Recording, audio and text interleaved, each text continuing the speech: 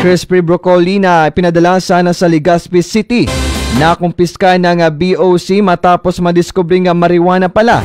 Sa detalyes, kasama natin ang isa sa mga intern ng Sibiswa Calabanga, si Donalina Cortez.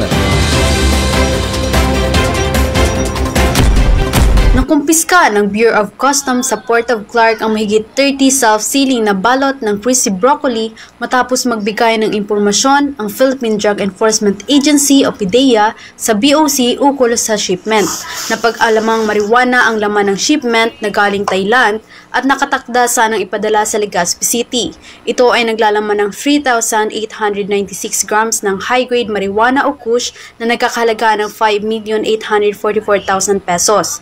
Naging posible ang pagkakadakip sa illegal shipment dahil sa impormasyon na ibinigay ng PDEA sa BOC na agad na nagsagawa ng canine sniff test at full physical examination.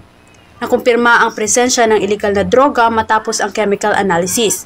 Samantala, matapos ang insidente, isang warrant of seizure and detention laban sa shipment ang inisyu dahil sa paglabag nito sa Customs Modernization and Tariff Act in relation to Republic Act No. 9165 o ang Comprehensive Dangerous Drugs Act of 2002. Sa ilalim ng batas na ito, maaring magresulta sa pagkakakulong at pagmulta ang pag-import, pagbebenta at paggamit ng marijuana. Para sa 96.7 Rinconada News FM, ito po si Donalyn Cortez, nagbabalita ng tapat, naglilingkod ng sapat.